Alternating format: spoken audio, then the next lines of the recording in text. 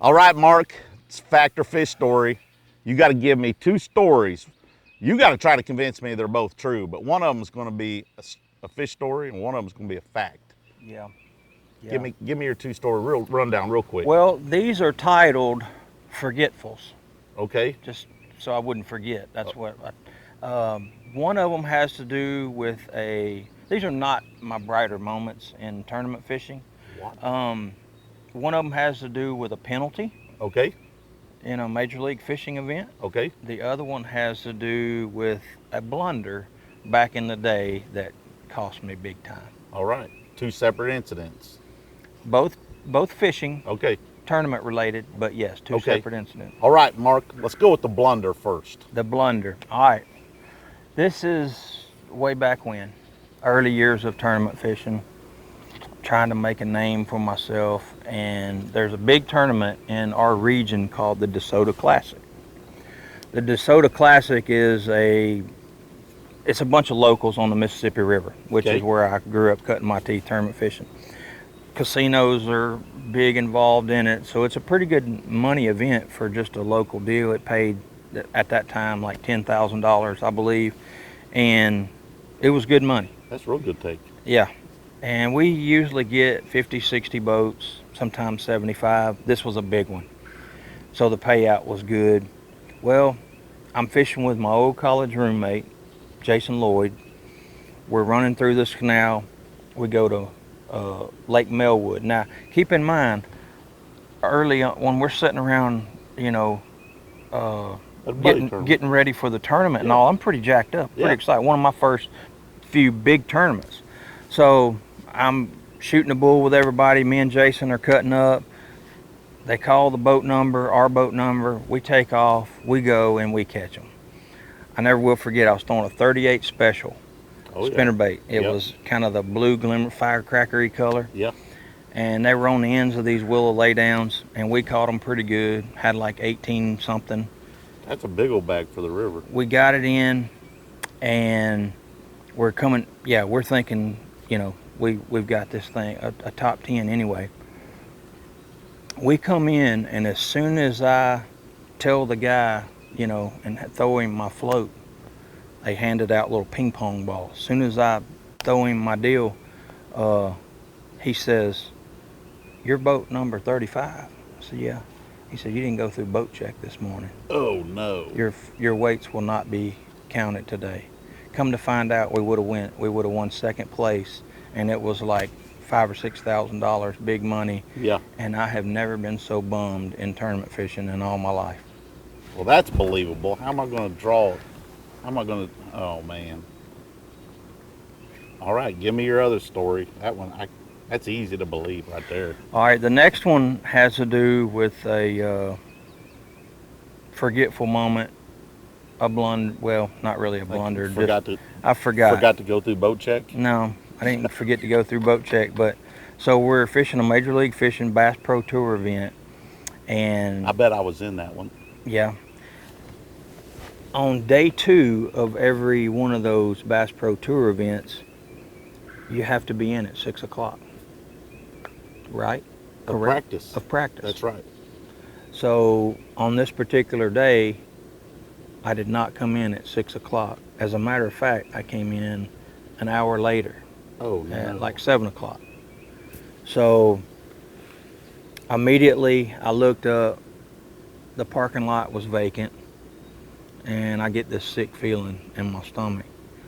I call the tournament director, Aaron Brashears, and I tell him about my blunder, that I've never had a penalty before, or a penalty like that, a violation.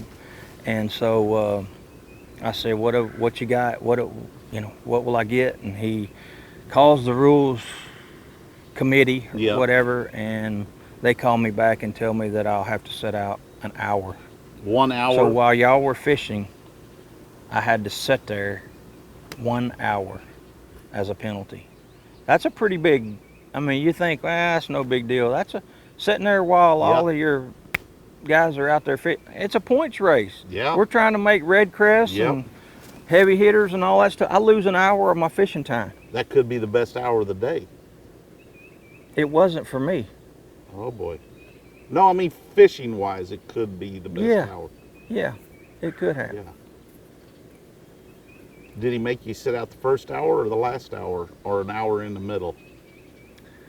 I had to sit out in the beginning. Okay. I don't remember this. I do not. You weren't remember paying this. attention. I'm not paying attention at all. But I've got really good instincts. I truly do. Both of those are believable stories. But I got you, Mark, because last night when I come in, your truck and your trailer was at the ramp and it was past 6 o'clock and I didn't see you. That's the true story. You and your buddy, that's the fake story, which is very believable, but I got you, son.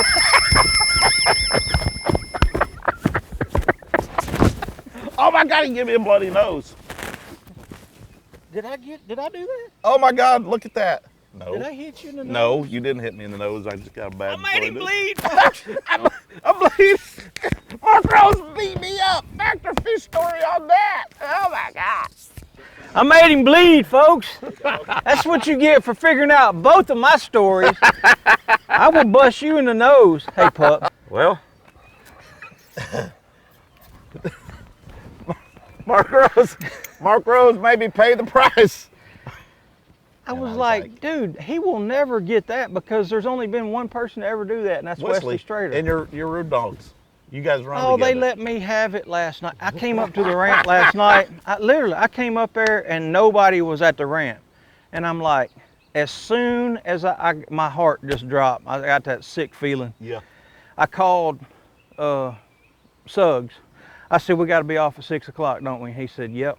See, I just finishing up a Tackle Warehouse Pro Circuit event where we're there. So I guess I was thinking along those lines, and it's easy. I called Aaron right then. I was like, Aaron, I messed up. He's like, uh-oh. What'd you do? I mean, he's thinking the worst, you know? Yeah. And I'm like, it's 7 o'clock and I'm not off the water. I'm getting off the water right now. Yeah. And so he said, oh, well, I thought you really messed up. I said, well, that's a mess up. It's you know. He said, well, let me call. He did. He called the rules committee, and I got to set out an hour tomorrow. I'm sorry. That sucks. In a tournament where I need it. Well, this is one of our best ones. This is one of our best. What is going on? You got your truck on a timer? You are big time. Now that's as big time as it gets. Mark Rose's truck is on a timer. It's time for me to leave, folks. Oh, this is going to be one of the best Factor fish stories in I got to ask you guys something that make the show. Has anybody ever made him bleed? No. First time. No. I'll teach you to guess my stories. I don't even know how I did it. Well, Mark, turns out you're right. You're not a good liar. Check us out next time on teamgtfishing.com.